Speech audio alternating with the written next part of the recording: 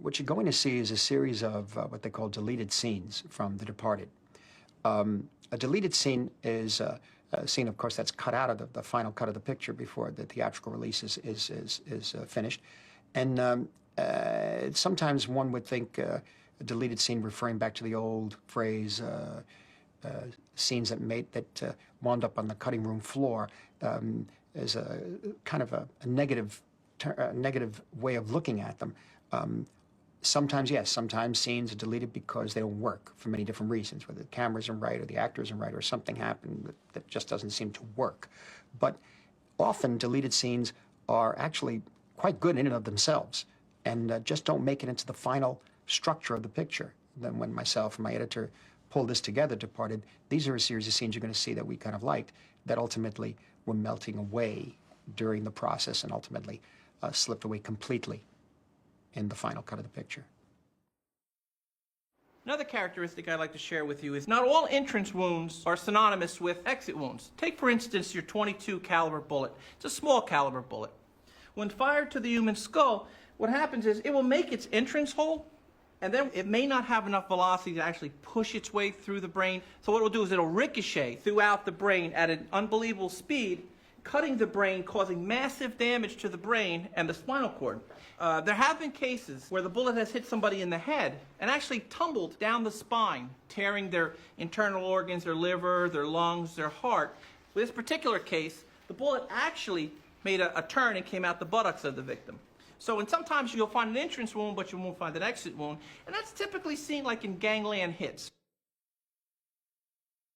In this scene, you see Billy, played by Leo DiCaprio, in training at the police academy and having a sort of altercation with the drill instructor, played by Bo Cleary, who did a wonderful job. But again, we felt showed Billy's independence and level of intelligence in a way that seemed to be a little out of place with where he was. But eventually, this was intercut with a crack house scene where Colin, played by Matt Damon, is on the job, breaking through the door of a crack house and arresting people, and up and coming in his field. Ultimately, this also melted away in the restructuring the beginning of the film. This is not the regular police. This is the state police. Your training will illustrate the difference. What's the difference? Rage issues and low and median IQ. You say something? Sir, I was agreeing with you about our obvious superiority to other forms of police, sir! We're not superior. We're the best. Is that understood? Sir, yes, sir! I can't hear you. Sir, yes, sir! As I was saying. This scene is a flashback of young Billy Costigan, the character that Leo DiCaprio plays. And this is played by Zachary Pollux, a young boy. He's on a fishing pier with his father, played by Tom Kemp. And he's a wonderful actor. And in this scene, you see Billy Costigan, his father, and his father's relationship to Francis Costello, as Francis sort of questions Billy's father. In a sense, it felt it was important enough to shoot because we wanted to show the relationship from Billy's father to Francis Costello in a realistic way, in that he lived in his neighborhood, that he respected Costello, that he could have a conversation and stand on his own with Costello, but would not join in with Costello's group and his organization in crime. And that even Costello, to a certain extent, respected that. And also has one of our favorite lines from Bill Monahan, waking up every morning and smelling the coffin. And a couple of other lines in there, like, been in Rome, nicer wops, no pizza, which we liked. But ultimately, this was melted away and trimmed away, chipped away somehow, and as we were sculpting the whole beginning of the picture, and all the narrative flashback material was compressed. So tell me, what's a lace-curtain motherfucker like you doing in the Stadies? Still on the straight and narrow? Straight isn't narrow. Still up the airport? Yeah, what do you think? I was young Bill. I'd been away. Rome. Nicer wops, no pizza. Yeah, he's mainly up the North Shore with his mother. You see him? Oh, yeah, it's not like that. I see him. You put up with that arrangement? easier to put up with than anything else I might have to put up with. Wake up and smell the coffin. Irish. A real Mick. Bullshit and shamrocks. Dad, I can't get this on right. Can you fix it? Yeah, sure. Hey, look at me. Families are always rising or falling in America, am I right? In this scene, Billy, played by Leo DiCaprio, is sitting overlooking Boston at dusk and thinking about whether or not he should take up Captain Queenan's suggestion of going undercover. Yeah, we loved the look of the city at the time. We loved the sense of conflict in Billy's face and his decisive moment when he stands up and decides to go. Again, through the restructuring at the beginning of the picture and through our editing, we found that this moment was ultimately not necessary to show his decision at that point.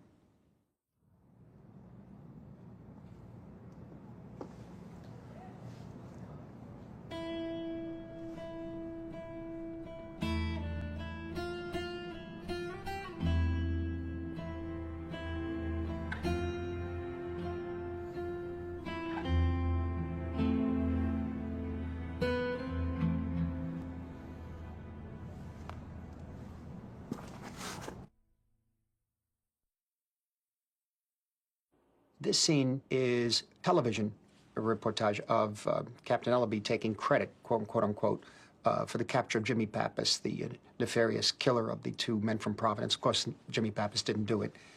Jimmy Pappas is barely on screen for a second or two. He's talked about a lot. You see his name over the restaurant when he's arrested, and at that point, too, Matt Damon's character tells Badge Dale, who plays Barrigan, he says, Captain Ellaby really enjoyed this, something to that effect. And so you see Captain Ellaby really enjoying this. In this moment, we ultimately decided that it wasn't necessary for the whole plot of the film to show this moment of Ellaby with the television reporters. Hey,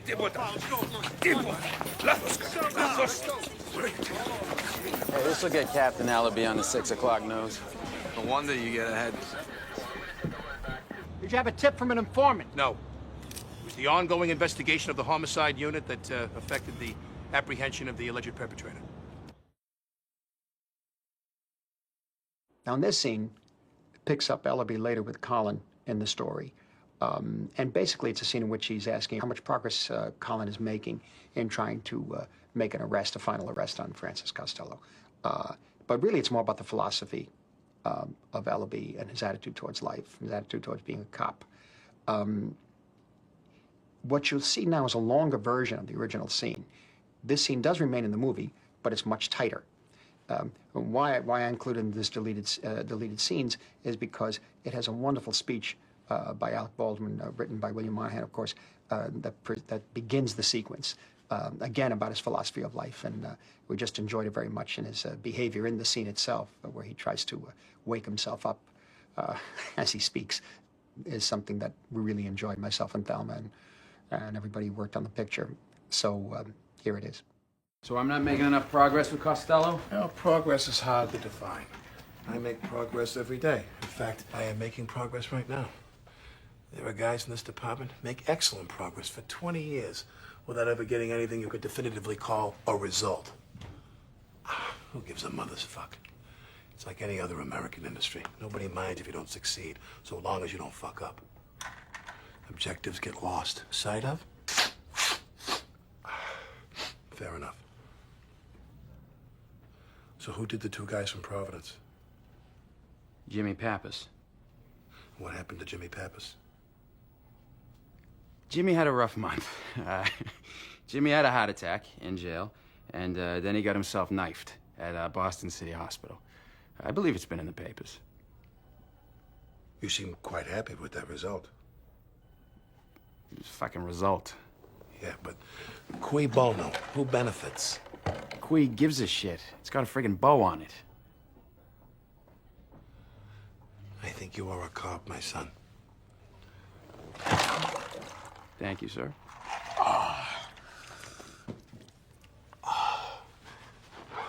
You play golf?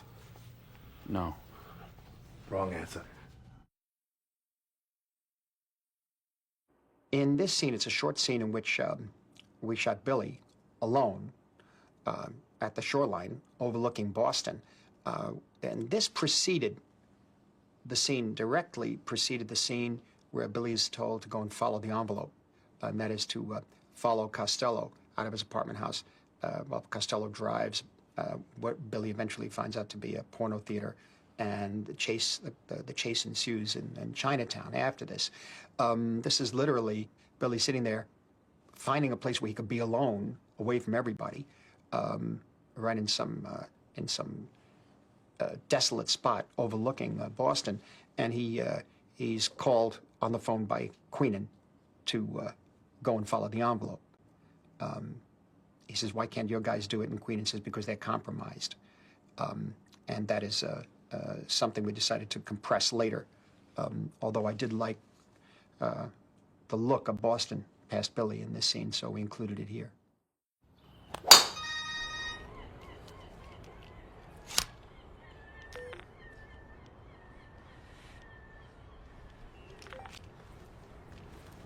Yeah, why can't Ellaby's guys SIU?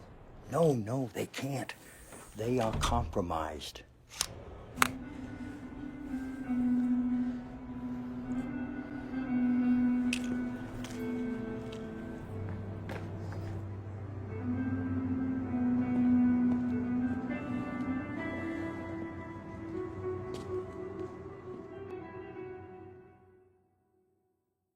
This scene was one of my favorite scenes, actually, in the film.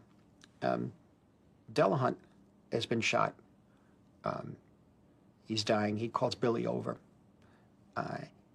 Ultimately, in the film, the final part of the scene remains, in which he says, "You know, I gave you the wrong address, but you came to the right one," meaning I know that you're the rat. But what happened was that originally, when I read the script, there's this long scene that you'll see now, in which Delahunt talks about his feelings about the boss, Costello, and the life he's been leading. And what I liked about it was that he talks about the boss asking him, could he kill somebody for him if he knew he was the rat. And I liked the performance here, Mark's performance, because of the issue is where he discusses that he thought he could, but now he knows he can't kill someone. And does that mean that he knows Billy's the rat and he doesn't want to see Billy killed? Why didn't he tell the guys while he was dying in the van, getting over to the bar that they're in? All these questions came to mind, and I wondered what that was. Is Delahunt really a cop? It's an interesting point, too. One could look at it that way. Ultimately, he says, why didn't I tell anybody? Tell me why I didn't tell anybody.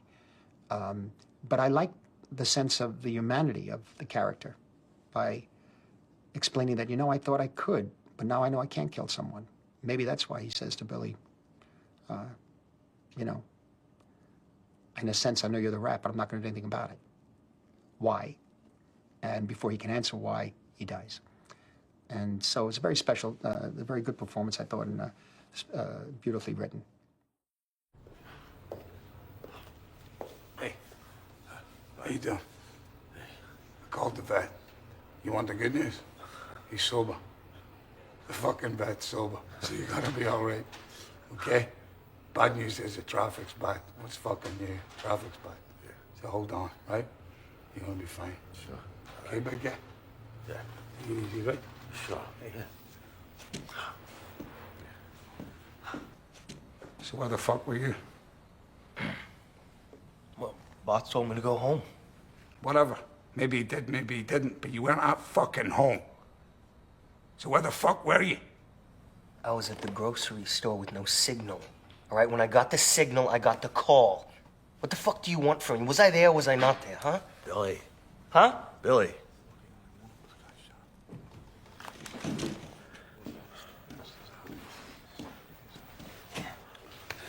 Two days ago. Yeah. 2 days ago, the boss says to me, it's been 10 years you've been with me, and you never done me wrong. And then he asked me if one of the other guys is a rat, would I take him out? Mm-hmm. told him I would, but I don't know if I would. I mean, now I know I can't. I mean, I've done a lot of bad things, but I've never been a murderer. Bill. Yeah. I don't want no one to put me in a dumpster. Just don't put me in a dumpster. All right? When you're dead, it makes no difference where they put you.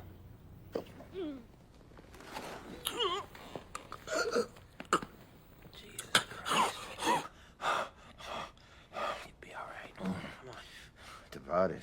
Huh. I'm nearly the departed.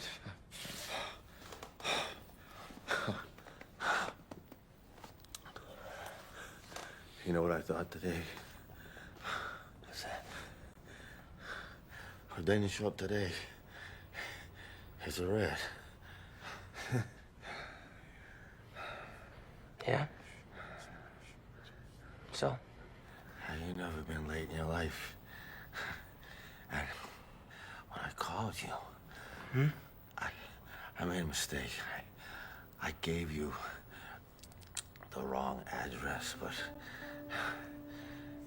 you showed up at the right one, didn't you? Tell me why I didn't tell nobody. Huh?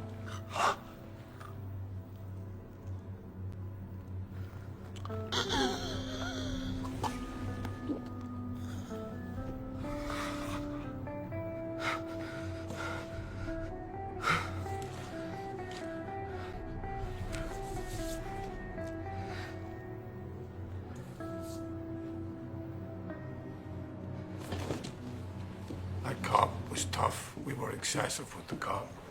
He's dead. I'm going home. This is a scene you're going to see. It's very interesting. Matt Damon had the thought that we should probably show how he gets out of these things, how he spins, as they say, what occurred that night in the shootout in this big warehouse or whatever the place is, we set it up in which he's being debriefed by the police, the special unit, and we like his use of language here, and also like the sense of how through the language and through his demeanor he uses that as a way of covering up for his actions, which of course are, you know, he's the informer inside the police. But the way he speaks with authority and the language he uses and the nature in which he presents himself makes himself a hero. And we thought that the sense of this was really interesting. There was something about the language and something about the nature of the way he behaves in that debriefing room that was very strong and very interesting, we felt. Ultimately, then melted away towards the end of the picture, too, in our recutting. The way it was, there was a lot of heavy equipment, excavators, payloaders, and he was running around. And I came around him, and freeze, state police, show me your hands. And that's when he drew down on me, and fearing for my life, I felt like I had no alternative. So I double tapped him. He went down. I approached him, gun drawn, cleared the weapon, and looked down. It was at that point I determined he was no longer breathing. No, I made sure of that. He was code for.